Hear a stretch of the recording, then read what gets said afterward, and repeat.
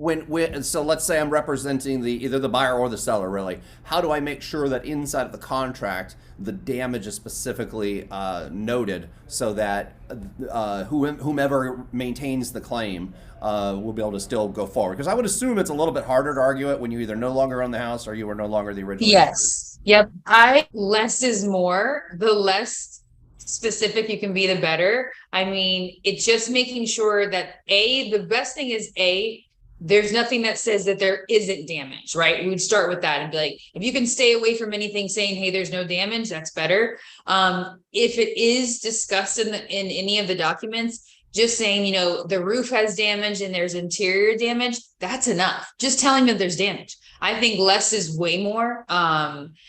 Because you may, at the time you're selling it, like that's why we also say, hey, you should also, if you're going to sell the property, get an attorney involved, right? Because our job while you're potentially going through the selling it, is we make sure you have everything documented right. We see what those final disclosures look like.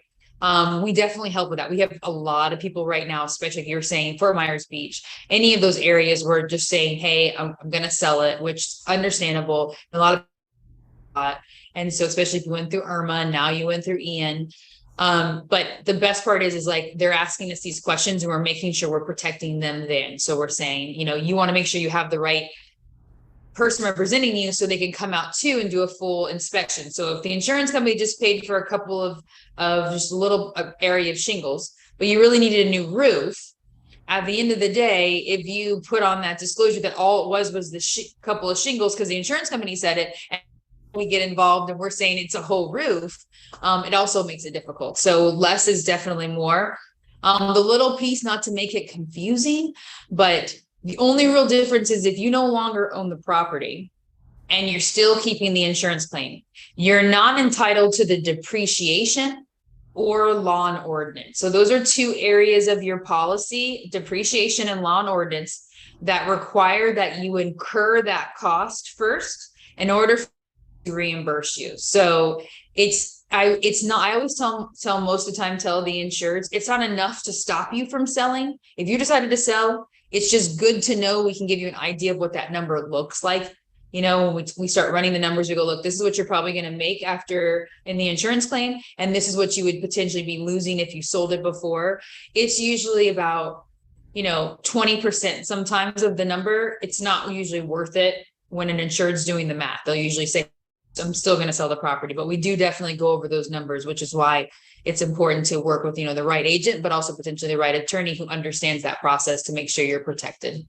Yeah, so what I'm taking away from that, which is so valuable, and I don't know if you caught this, but the percentage, people think, oh, the whole claim is X, or here's the value. It always Yeah. goes down to the percentage. And having somebody who's Yeah. been in settlement and in the courtroom will know what that looks like is valuable to you. So just because people want something and there's a number that could be there, Yeah.